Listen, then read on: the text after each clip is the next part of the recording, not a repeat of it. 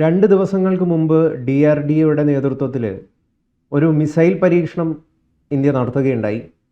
ഏതാണ് ആ മിസൈൽ? അത് അഗ്നി 6 ആണ്. അഗ്നി 6 MIRV മിസൈലാണെന്ന് പലരും പറയുന്നു. അത് എങ്കിലും പല രീതിയിലുള്ള കൺഫ്യൂഷൻ ഇതുമായി ബന്ധപ്പെട്ടിട്ട് നിലനിൽക്കുന്നുണ്ട്. അങ്ങനെ അഗ്നി 6 ആണെങ്കിൽ എന്താണ് ഈ മിസൈലിൻ്റെ പ്രത്യേകത? ഇത് ഇന്ത്യയുടെ യുദ്ധമുഖത്ത് ഏത് രീതിയിലുള്ള നേട്ടങ്ങളാണ് കൊണ്ടുതരിക? മെയ് 8 വൈകിട്ട് 6:30 ഒഡീഷയുടെ തീരത്ത് നിന്നും ഒഡീഷയുടെ തീരത്തിനടുത്തുള്ള ബംഗാൾ ഉൾക്കടലിലെ അബ്ദുൽ കലാം ഐലൻഡ്, അതായത് പഴയ വീലർ ഐലൻഡിൽ നിന്നും ഇന്ത്യ ദുരൂഹമായ ഒരു മിസൈൽ വിക്ഷേപണം നടത്തി. 6:30 ആയതുകൊണ്ട് അത് ഈ സായാഹ്ന സൂര്യന്റെ വെളിച്ചവും ഇരുട്ടും എല്ലാം കൂടെ കലർന്ന ആ ഒരു സമയത്ത് അത് ആകാശത്തിൽ വലിയ ഉജ്ജ്വലമായ ഒരു പ്രഭ ഉണ്ടാക്കിയിട്ട് അതിൻ്റെ ഫോട്ടോകൾ ബംഗ്ലാദേശിലും ഇന്ത്യയിലുമൊക്കെയുള്ള ഇന്ത്യയുടെ കിഴക്കൻ തീരത്തുമുള്ള ആൾക്കാരെടുക്കുകയും അത് പ്രചരിപ്പിക്കുകയും ചെയ്തു. അപ്പോൾ സാധാരണഗതിയിലുള്ള ഒരു ബലിസ്റ്റിക് മിസൈൽ അല്ല അത് എന്നുള്ളത് ആ ഫോട്ടോയിൽ നിന്നും വീഡിയോകളിൽ നിന്നും വ്യക്തമായി. അതൊരു മിന്നൽ പിണറി പോലെ വളഞ്ഞും പുളഞ്ഞും പോകുന്ന മിസൈലുകൾ പോകുന്നു. അത്തരം ഒരു വെടിക്കെട്ട് പോലത്തെ ഒരു വർണ്ണാഭമായ പ്രകടനം. എന്താണിത്? ആർക്കും പിടികിട്ടിയില്ല. ഗവൺമെന്റ് ഓഫ് ഇന്ത്യ അതിനെക്കുറിച്ച് യാതൊരു വിശദീകരണവും നൽകിയിരുന്നില്ല. ആൾക്കാർ ഊഹാപോഹങ്ങളിലായിരുന്നു. 2 ദിവസം മുമ്പ് ഗവൺമെന്റ് ഓഫ് ഇന്ത്യ ഒരു നോ ടു എയർമെൻ എന്ന വാണിംഗ് പുറപ്പെടുവിച്ചു. ആ വാണിംഗ് പ്രകാരം ഈ അബ്ദുൽ കലാം ഐലൻഡിൽ നിന്നും 3560 കിലോമീറ്റർ വരെ ഉള്ള ദൂരത്ത് പറക്കുന്ന വിമാനങ്ങൾ മുൻകൂട്ടി ഇന്ത്യൻ അധികൃതരുടെ അനുവാദം വേണമെന്നുള്ളതാണ് ആ നോട്ടാമിൻ്റെ. അതുപോലെ തന്നെ സീഫെയറേഴ്സ് ആയിട്ടുള്ള കപ്പൽ ക്യാപ്റ്റന്മാർക്കുമൊക്കെ മുന്നറിയിപ്പ് കൊടുത്തിരുന്നു. അപ്പോൾ ഇതൊരു ദീർഘദൂര മിസൈൽ ആയിരിക്കും എന്നുള്ളത് എല്ലാവർക്കും വ്യക്തമായിരുന്നു. പക്ഷേ ഏത് മിസൈലാണെന്ന് ആർക്കും അറിഞ്ഞുകൂടാ. അതിനൊരു 2 ദിവസം മുമ്പ് India long range anti ship hypersonic missile വിജയകരമായിട്ട് പരീക്ഷിച്ചിരുന്നു. അപ്പോൾ ഇതൊരു ഹൈപ്പർസോണിക് മിസൈൽ ആകാം, ധ്വനി എന്ന ഹൈപ്പർസോണിക് മിസൈൽ ആകാം എന്നൊരു സൂചന പലരും കൊണ്ടു. 10,000 കിലോമീറ്റർ റേഞ്ചുള്ള ധ്വനി ആയിരിക്കാമെന്ന് പറഞ്ഞു. പക്ഷെ മറ്റു ചിലർ പറഞ്ഞു ഇത് അഗ്നി 6 ആണെന്ന്.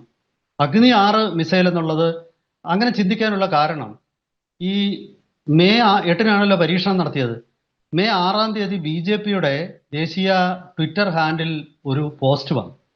ആ ട്വീറ്റ് പ്രകാരം ഇന്ത്യ അഗ്നി 6 വിക്ഷേപിക്കാൻ തയ്യാറെടുക്കുന്നു, ഇന്ത്യയുടെ അഗ്നി 6 ഇന്ത്യ ചരിത്രം സൃഷ്ടിക്കാൻ പോകുന്നു എന്നുള്ള ഒരു ട്വീറ്റാണ് അന്ന് BJPയുടെ ഔദ്യോഗിക ഹാൻഡിൽ പ്രത്യക്ഷപ്പെട്ടത്. പിന്നീട് DRDO ചെയർമാൻ അദ്ദേഹത്തിൻ്റെ ഒരു പത്രസമ്മേളനം ഉണ്ടായിരുന്നു. അദ്ദേഹം വ്യക്തമായിട്ടൊന്നും പറഞ്ഞില്ല. പക്ഷെ അദ്ദേഹം പറഞ്ഞു അഗ്നി 6 പരീക്ഷണം പ്രോജക്റ്റ് മുന്നോട്ട് കൊണ്ടുപോകാൻ ഞങ്ങൾ തയ്യാറാണെന്ന് പറഞ്ഞു. അപ്പോഴും ഗവൺമെന്റ് ഓഫ് ഇന്ത്യയുടെ അനുവാദം പോലും കിട്ടിയിട്ടില്ലാത്ത പ്രോജക്റ്റാണ് അത്. ഒരു ഭാഗത്ത് കാരണം അത് പാശ്ചാത്യ ശക്തികളെ പ്രകോപിപ്പിക്കേണ്ട 10,000 കിലോമീറ്ററിലധികം റേഞ്ചുള്ള ഒരു മിസൈല് അമേരിക്കയിലെത്തും. അപ്പോൾ അമേരിക്കയെ പ്രകോപിപ്പിക്കേണ്ട എന്ന് കരുതിയാണ് അത് കൃത്യമായിട്ട് പറയാത്തതെന്നാണ് നമ്മൾ ഇപ്പോൾ മനസ്സിലാക്കുന്നത്. ഈ കഴിഞ്ഞ ദിവസം വിക്ഷേപിച്ച മിസൈലിനെ കുറിച്ച് ഇന്നലെ വൈകിട്ട് 4:30-5 മണിയോടുകൂടി പ്രതിരോധ മന്ത്രാലയം കൃത്യമായിട്ടൊരു പ്രസ്താവന പുറപ്പെടുവിച്ചു.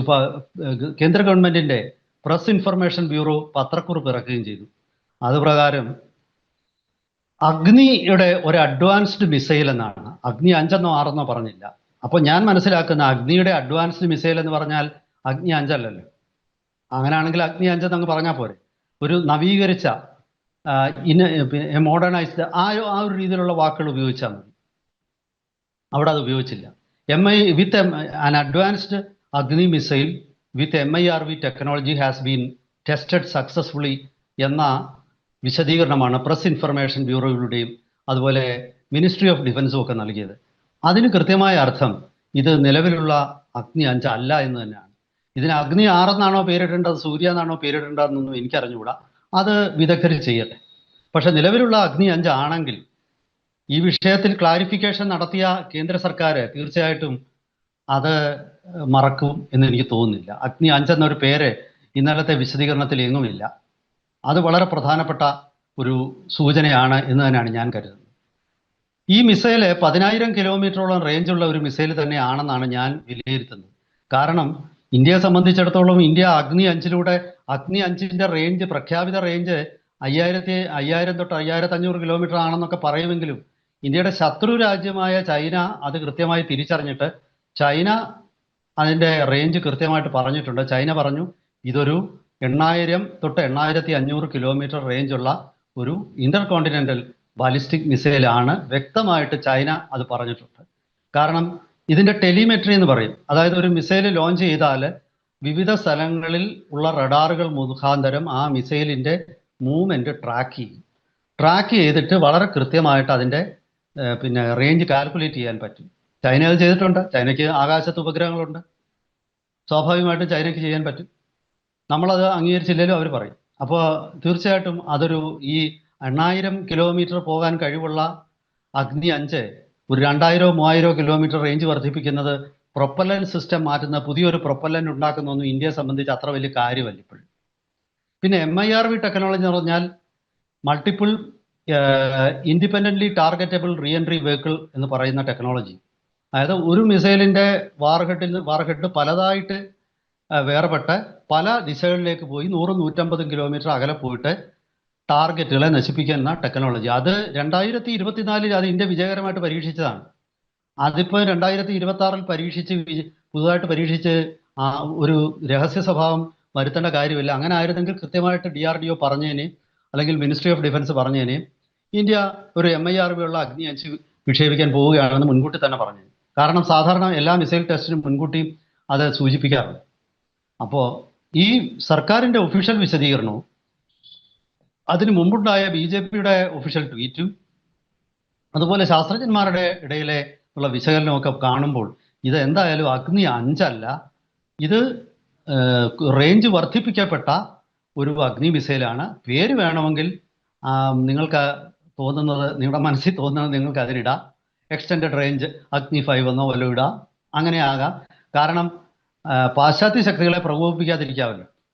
പിന്നെ ഇന്ത്യയെ സംബന്ധിച്ചിടത്തോളം ഈ ടെക്നോളജി കൈവശമുള്ള ഇന്ത്യ ഒരു ദീർഘദൂര മിസൈൽ പരീക്ഷിക്കാതെ വർഷങ്ങളോളം ഇരിക്കുമെന്നും അത് വേണ്ടെന്ന് വെക്കുമെന്നും നമ്മൾ ചിന്തിക്കാനുള്ള മൗഢ്യം സാധാരണഗതിയിൽ വിദഗ്ധർക്കാർക്കും ഉണ്ടാവത്തില്ല. കാരണം ഏതൊരു ടെക്നോളജിയും കൈവശമുണ്ടെങ്കിൽ അത് പരീക്ഷിച്ചേ പറ്റൂ. കാരണം എങ്കിൽ മാത്രമേ, സിമുലേഷൻ മാത്രമല്ല, റിയൽ പരീക്ഷണങ്ങളിലൂടെയാണ് ടെക്നോളജി. അതായത് ഞാൻ പറഞ്ഞല്ലോ ഈ ടെലിമെട്രി, അതായത് പല കപ്പലുകൾ അതുപോലെ പിന്നെ അതിന് ചുറ്റുമുള്ള കരയിൽ സ്ഥാപിച്ച റഡാറുകൾ, അതൊക്കെ ഉപയോഗിച്ച് സെൻസറുകളും റഡാറുകളും ഒക്കെ ഉപയോഗിച്ച് ഈ മിസൈൽ കൃത്യമായിട്ട് ട്രാക്ക് ചെയ്തിട്ട് അതിൻ്റെ ആ നിശ്ചിത പാതയിൽ നിന്നും അത് വ്യത്യാസപ്പെടുന്നുണ്ടോ, അങ്ങനെ ഒരുപാട് കാര്യങ്ങൾ. അപ്പോൾ ഇത് 100% വിജയമായിരുന്നു എന്നാണ് ഇന്നലെ DRDO പുറപ്പെടുവിച്ച പ്രസ്താവന സൂചിപ്പിക്കുന്നത്. പിന്നെ മാത്രവുമല്ല, ഇത് സാധാരണ വളരെ രഹസ്യമായിട്ടാണ് നടത്തുന്ന, ലോകം അറിയണ്ട എന്നുണ്ടായിരുന്നെങ്കിൽ ഇന്ത്യ ഇതൊരു വെളുപ്പിനൊരു ആൾക്കാർ ഇറങ്ങുന്ന, കാരണം ഇന്ത്യയിലും ബംഗ്ലാദേശിലുമൊക്കെ ഇന്ത്യൻ സ്റ്റാൻഡേർഡ് ടൈമിൽ നിന്ന് വലിയ വ്യത്യാസമൊന്നുമില്ല. അങ്ങനെ നോക്കുമ്പോൾ ഈ ഒരു 9-ാം തീയതിയോ അല്ലെങ്കിൽ 8-ാം തീയതി ഏർലി മോർണിംഗിലോ ഒക്കെ ഇത് വിക്ഷേപിച്ചാൽ, ഒരു 2 മണി വെളുപ്പിന് 2 മണിക്കോ 3 മണിക്കോ ഒക്കെ വിക്ഷേപിച്ചാൽ ഇത്ര ആൾക്കാർ കാണത്തില്ല. ഇത് ലോകം മുഴുവൻ കാണട്ടെ എന്ന് കരുതി തന്നെയാണ് ഈ വൈകിട്ട് 6:30 എന്ന സമയം തിരഞ്ഞെടുത്തത്. കാരണം ആൾക്കാർ, ഇതൊരു സന്ദേശമാണ്, ഇന്ത്യക്ക് ഇത് സാധിക്കും എന്നുള്ള വളരെ കൃത്യമായ സന്ദേശമാണ്. ഇത് ആദ്യത്തെ പരീക്ഷണമാണെങ്കിൽ ഒരിക്കലും അങ്ങനെ ചെയ്യത്തില്ല. അങ്ങനെ ഒരു ടെക്നോളജി പെർഫെക്ഷനിൽ എത്തിയ ഒരു ടെക്നോളജി തന്നെയാണ്. അതുകൊണ്ടാണ് MIRV ഞാൻ പറഞ്ഞത് 2024 നമ്മൾ പരീക്ഷിച്ചു, വീണ്ടും പരീക്ഷിച്ചു. അതിപ്പോൾ ഇന്ത്യയെ സംബന്ധിച്ചിടത്തോളം പെർഫെക്ഷനിൽ എത്തിയ ഒരു ടെക്നോളജിയാണ്. ഇത് അഗ്നി 6 എന്നൊന്നും ഞാനിപ്പോൾ പേര് പറയുന്നില്ല, കാരണം സർക്കാരാണ് പേരിടേണ്ടത്. പക്ഷെ അഗ്നി 5 അല്ല എന്നുള്ളത് സർക്കാരിൻ്റെ തന്നെ വാക്കുകളിൽ വ്യക്തമാണ്. ഒരു അഡ്വാൻസ്ഡ് അഗ്നി, നാളെ കുറച്ച് നാൾ കഴിയുമ്പോൾ അതിന് മറ്റൊരു പേര് വരും. അപ്പം ഇപ്പം തന്നെ ഈ LRASHM എന്നാണ്, long range anti ship hypersonic missile എന്നാണ് മിസൈലിൻ്റെ പേര്. അത് മിസൈലിന് പേരിട്ടിട്ടില്ല, പേര് വരും വീണ്ടും. അപ്പോൾ അതൊക്കെ പേരിടാത്തതിനും തന്ത്രപരമായ ചില കാരണങ്ങളുണ്ട്. കാരണം ഭാവിയിൽ ചിലപ്പം ഇതിൻ്റെ റേഞ്ച് നമ്മൾ ഉദ്ദേശിക്കുന്നതിനേക്കാൾ കൂടുതലായിരിക്കും. അന്നേരം ആർക്കും ഒരു ആശയക്കുഴപ്പം ഉണ്ടാകണ്ട. അങ്ങനെ തൽക്കാലം ലോകത്തെ കൂടുതൽ വിവരങ്ങൾ അറിയിക്കേണ്ട എന്നും ഉണ്ടായിരിക്കും. എന്തായാലും ഇന്ത്യ MIRV ഇതിൽ ഒരു 8-ലധികം വാർഹെഡുകൾ ഉണ്ടായിരുന്നു എന്നാണ് സൂചനകളുള്ളത്, 10ഓളം വാർഹെഡുകൾ. അതായത് MIRV ടെക്നോളജിയിൽ ഇന്ത്യ പെർഫെക്ഷനിലാണ്, ഒന്നാമത്തെ സൂചന. രണ്ടാമത്തെ സൂചന, ഇത് ഇന്ത്യ 10,000 കിലോമീറ്റർ എന്ന പിന്നെ കടമ്പ കഴിഞ്ഞിരിക്കുന്നു ഇന്ത്യയുടെ മിസൈലുകൾ. അതായത് ചൈനയുടെ ഏത് ഭാഗത്തും ഇപ്പോൾ ഇനി ഇന്ത്യയുടെ തെക്കേ അറ്റത്തു നിന്നോ ആൻഡമാനിൽ നിന്നോ ഒരു മിസൈൽ വിക്ഷേപിച്ചാൽ ചൈനയുടെ ഏത് ഭാഗത്തും, അത് ബെയ്ജിങ് ആവട്ടെ, സിൻജിയാങ് ആവട്ടെ, അതല്ലെങ്കിൽ ഷാങ്ഹായ് ആവട്ടെ, ടിബറ്റ് ആകട്ടെ, എവിടെയും എത്തും. അത്തരം മിസൈൽ ഇന്ത്യയുടെ കൈവശമായി കഴിഞ്ഞു. അതും MIRVയോടൊപ്പം തന്നെ. ഇതൊക്കെ ഒരു വലിയ സൈനിക മുന്നേറ്റമാണ്. അതായത് ഇന്ത്യ ഒന്നാം നിരയിലുള്ള ഒരു മിസൈൽ പവറായിട്ട് മാറിക്കഴിഞ്ഞു. നമ്മൾ റഷ്യയോടും ചൈനയോടും US-നോടും ഒപ്പം തന്നെയാണ്, ഒരല്പം പോലും പിന്നിലല്ല. ഇതാണ് ഇന്നലത്തെ മിസൈൽ ടെസ്റ്റ് നൽകുന്ന സൂചന. അത് നമ്മൾ 3 ഹൈപ്പർസോണിക് മിസൈലുകൾ വികസിപ്പിക്കുകയാണ്. LRASHM നമ്മൾ വികസിപ്പിച്ച് കഴിഞ്ഞിരിക്കുന്നു. അതിനോടൊപ്പം 10,000 കിലോമീറ്റർ റേഞ്ചുള്ള ധ്വനി വരുന്നു. ഹൈപ്പർസോണിക് ഗ്ലൈഡ് വെഹിക്കിൾസ് ആണ് ഇത് രണ്ടും. അതുകൂടാതെ മൂന്നാമത്തേത് ഇന്ത്യയുടെ ഹൈപ്പർസോണിക് ക്രൂയിസ് മിസൈൽ പണിപ്പുരയിലാണ്. അതും ഈ വർഷം തന്നെ പരീക്ഷണ പറക്കൽ നടത്തും. വരും ദിവസങ്ങളിൽ ലോകത്തെ ഏറ്റവും വലിയ മിസൈൽ ശക്തിയായിട്ട് ഒരുപക്ഷെ ഇന്ത്യ മാറിയാൽ പോലും ഞാൻ അത്ഭുതപ്പെടുന്നില്ല. കാരണം അമേരിക്ക ഹൈപ്പർസോണിക് ടെക്നോളജിയിൽ കുറച്ച് പിറകിലാണ്. റഷ്യ, ചൈന, ഇന്ത്യ ഇവർ 3 പേരുമാണ് ഒരല്പം മുന്നിൽ. 10,000 കിലോമീറ്റർ റേഞ്ചുള്ള ഒരു Dhvani hypersonic missile, that is going to be a game changer. എന്തായാലും വരും ദിവസങ്ങളിൽ കൂടുതൽ വിശദാംശങ്ങളുമായിട്ട് നമുക്ക് വീണ്ടും പ്രേക്ഷകരെ കാണാം. അതുവരെ ഒരിക്കൽ കൂടി എല്ലാവർക്കും നമസ്കാരം.